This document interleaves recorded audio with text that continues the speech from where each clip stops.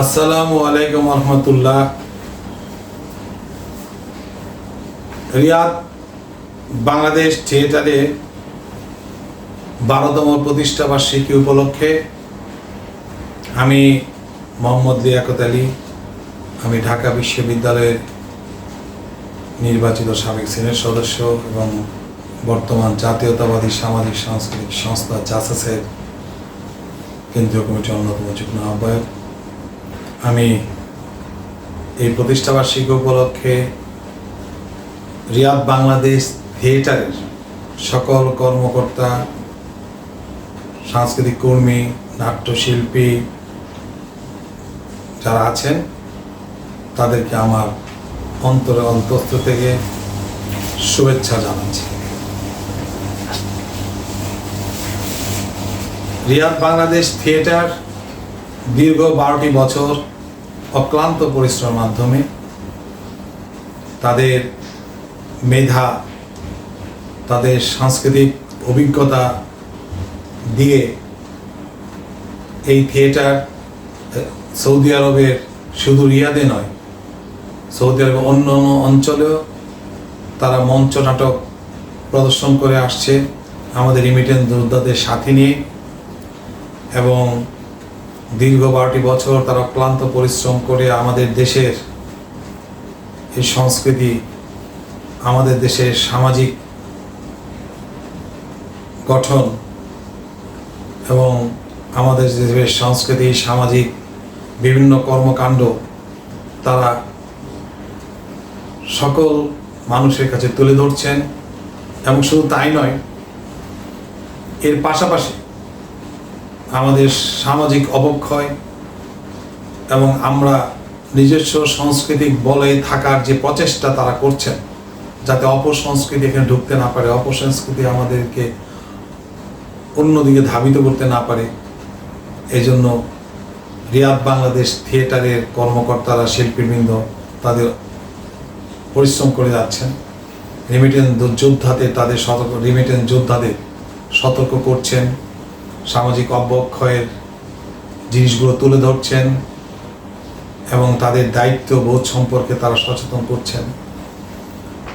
এবং তাদের সবচেয়ে যে সুনাম অর্জন করেছে কিছু কিছু নাটক রিয়াদে এবং সৌদি আরবের অন্য অন্য অঞ্চলে, তাদের মধ্যে কয়েকটি নাটক যেমন খ্যাপা পাগলা পেঁচাল, রেমিটেন্স যোদ্ধা, মানিক জোর, অল্পবিদ্যা ভয়ঙ্করী, এই নাটকগুলো বেশ আলোড়ন সৃষ্টি করেছে।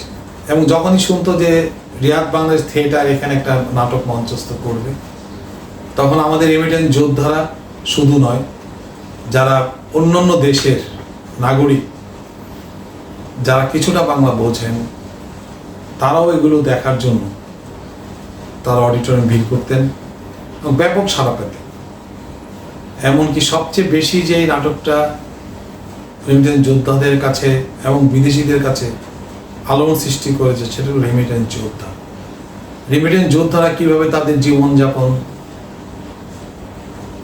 পরিচালনা করেন, কিভাবে বাংলাদেশে থেকে তারা এখানে আসছেন, কত কষ্ট করে দেশের জন্যে, তার পরিবারের জন্যে, সমাজের জন্যে তারা যুদ্ধ করে যাচ্ছেন, এই সকল কষ্টদায়ক জিনিসগুলো এই রেমিটেন্স যোদ্ধা নাটকে ফুটে উঠেছে। এবং রেমিটেন্স যোদ্ধাদের সতর্ক করা হচ্ছে যাতে দালালের খপ্পরে না পড়েন এবং অবৈধভাবে গেলে কী ধরনের ঝুট ঝামেলা করবেন, এই ব্যাপারে তাদেরকে নাটকের মাধ্যমে তাদেরকে সচেতন করা হচ্ছে।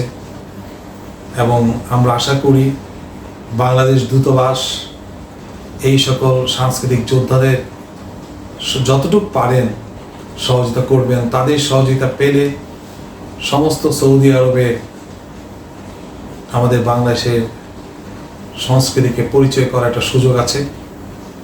এবং এই সংগঠনটির প্রতিষ্ঠাকল্পে যারা যারা প্রথম এই সংগঠনটি এই মরুদ্যানে তারা তৈরি করার পরিকল্পনা করেন, তাদের নাম না বললেই নয়। আরিফুর রহমান টিটু, মির্জা কামাল, হৃদয়, আরও 5-7 জন মিলে এই রিয়াদ বাংলাদেশ থিয়েটার তৈরি করেছেন। তারা ছিলেন সাংস্কৃতিক মনা, জীবনের তাগিদে, প্রয়োজনের তাগিদে তারা রেমিটেন্স যোদ্ধা ছিলেন। তারা গিয়ে তাদের এই অল্প সময়ের মধ্যে তাদের নাট্য চর্চা তারা করতেন এবং এটা মঞ্চস্থ করে তারা সফল হয়েছেন। এবং আরেকজন লোকের নাম না বললেই নয়, উনি বাংলাদেশ এবং রিয়াদের মধ্যে যে সেতু বন্ধন তৈরি করছেন, মিজান সাহেব, উনি সবসময় ওদের সাথে যোগাযোগ রাখছেন। উনিও সাংস্কৃতিক মনে একজন ব্যক্তিত্ব। উনি তাদেরকে উৎসাহিত করছেন। বাংলাদেশের সামাজিক অবক্ষয়ের অনেক ঘটনা, সমাজ যদি নষ্ট হয়ে যায় কি কি কারণে এবং কিভাবে আমাদের সতর্কতা অবলম্বন করা উচিত, এই সকল থিম বা চিন্তা নিয়ে উনি রেমিটেন্স যোদ্ধাদের সাথে যোগাযোগ করতেন এবং তাদেরকে কিছুটা ধ্যান ধারণা দিলে ওরা নিজেরা অনেক সময় নাটক লিখতেন। সেই নাটক মঞ্চস্থ করে সমস্ত রেমিটেন্স যোদ্ধাদের তারা জানাতেন,